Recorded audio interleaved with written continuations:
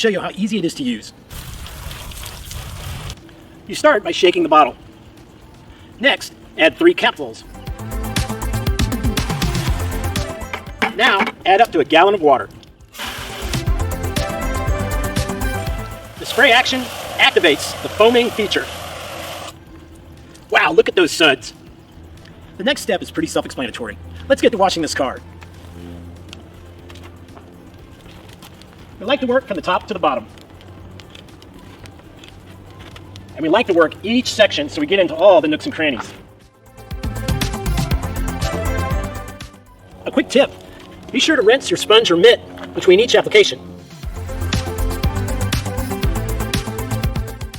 Look at those suds.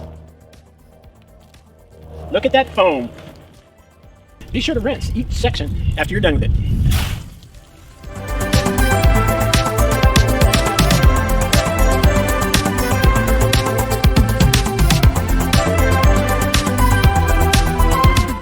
And now, one last step, you give the car a final rinse. And finally, we're going to wipe the car down with a clean microfiber cloth. Oh, what a finish!